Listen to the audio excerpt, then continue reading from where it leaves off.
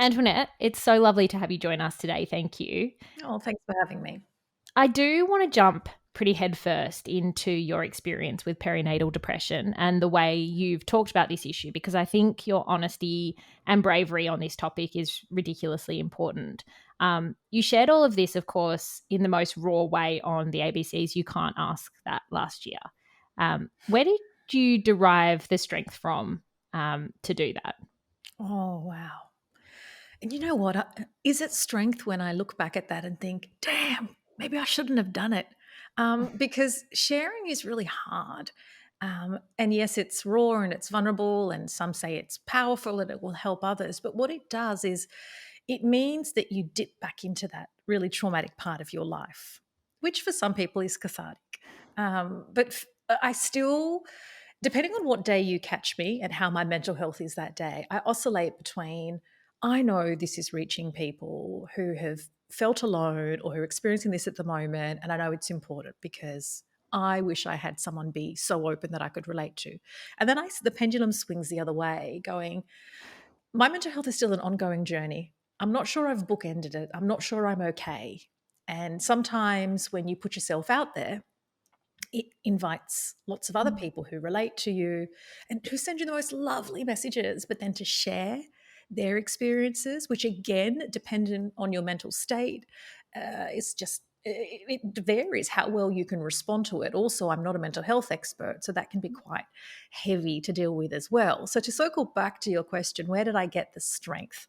I'm not sure, because I'm not sure that if you asked me, would I do it again? I'm not entirely sure I would say yes. Because it has been really difficult. Just even you shared it in the most raw way, I was going to start crying. Like and I'm not sure whether I'm sharing from the scar or from the wound. Yes. So that's a very long-winded way to say I'm not sure that I am that strong or that I would do it again. But I know that it has impacted and touched people. And for that, I am grateful. I think you should be grateful. And as someone who has certainly dealt with pretty crippling anxiety and insomnia following the birth of my firstborn, I know that hearing your experience and feeling your experience was a huge source of relief for me. So thank you. Oh. I want to ask you about those early days and the disconnect you felt when you held your second born. Can you share a bit more about what that was like for you? For me, it started at 36 weeks. And so by the time I held her, I had 4 weeks of inability to sleep, strange bowel movements, weight loss, panic. And so it was almost as I was dreading, it's awful, sounds so awful, but I was dreading the moment that would become a reality, that whatever all these things were brewing. And so the labor was quite difficult, and I did lose a lot of blood. So I was a little bit woozy and out of there. And out of it, and not really in the room. And then they passed her to me. And to be fair, I was weak from a lot of blood loss. And I held her and felt nothing, and quickly passed her to my husband. Yes, I had a physical reason to need my husband's help, but it was far more emotional and psychological that I needed. I just felt nothing. If not, I felt fatigued and I felt sad, and I felt, oh, this is, again, really awful to say. I'd go as far as saying I felt a little repulsed. And that is like the worst thing a mother can say, because you're meant to have this bundle of joy in your arms and feel instant love and look into their eyes and feel that your world makes sense and this is what you live for and I am my children. And then I have this baby while the midwives are still working trying to contain the blood. And I'm just like, oh, take her. Yeah. And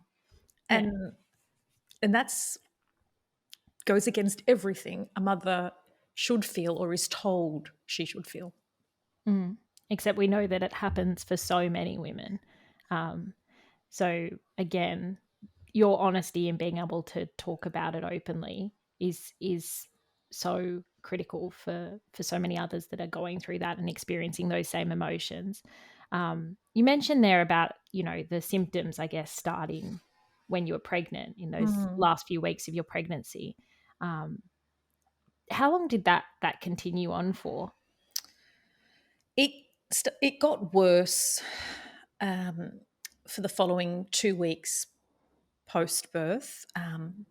But I would almost go back a step, because the night I gave birth, that night in hospital, I had a real panic attack, and I tried to leave the hospital. I was trying to find exits to leave. I felt so claustrophobic and so panicked, and so anxiety, and the fear around anxiety is often irrational. There's nothing to feel panicked about. She latched on. She was sleeping, and all I was doing was plotting my escape route. And a midwife found me in the hallway, and I had to be sedated and taken back to my room.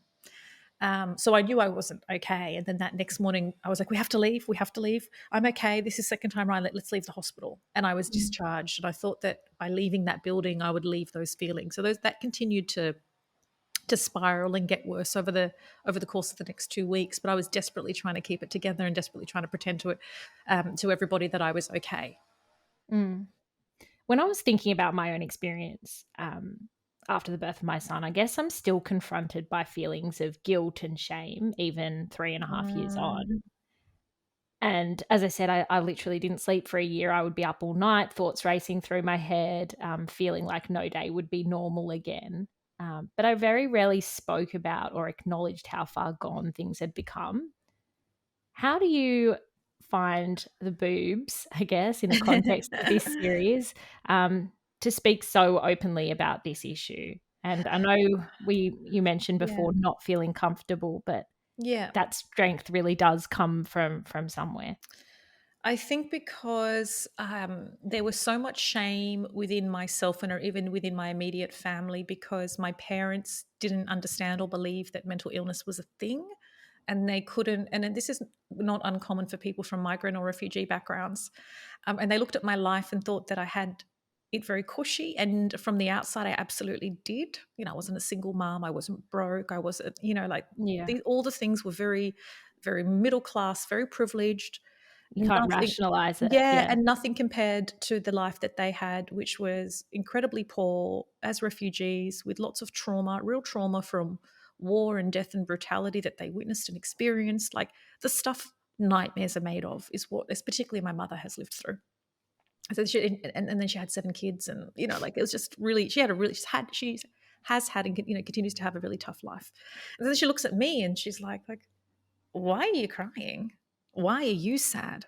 But we know mental illness isn't about how lucky you are, or how much money you have in the bank, or how nice your partner is, or how cute your kid is, or whatever, or how well you're breastfeeding. She latched on perfectly. There are women who were like crying with bloodied nipples. And here I had a baby latching on absolutely perfectly. So none of that makes sense to somebody who, and not just to my parents, a lot of people can't really understand and make sense of how you could be so down and anxious and unhappy and detached. And so because of that shame I felt, and I remember I had a conversation with one of my aunts. She pulled me aside because my cousin had told her what was going on. And then she just kind of whispered to me, I was like that. And, I cried every day for 2 years. You know that they can help you now. You know that you can get help. And I just thought, oh, this woman, she lived like that. If I had to experience that point in my life for another day, I just can't even fathom it. That's why I've not had any more children, because the thought absolutely terrifies me. And she lived through it for 2 days. And I knew that there were these additional barriers when you do have cultural taboos, because you come from, either for me, like Middle Eastern lineage. And when I shared that story, so many East Asian and South Asian and all sorts of people were like, oh my God, you are telling my story. And that kind of pushback and judgment and misunderstanding is what I'm getting from my mother-in-law or my aunts or my cousins or my partners. In some cases, partners were getting in the way of them seeking medical help, because they thought that, you just stay home and pray and everything will be okay. And I guess if I'm truly, if I'm going to truly answer why I started to share, that is why, because mental health taboo is a problem across the board, and it is even more acute in migrant communities.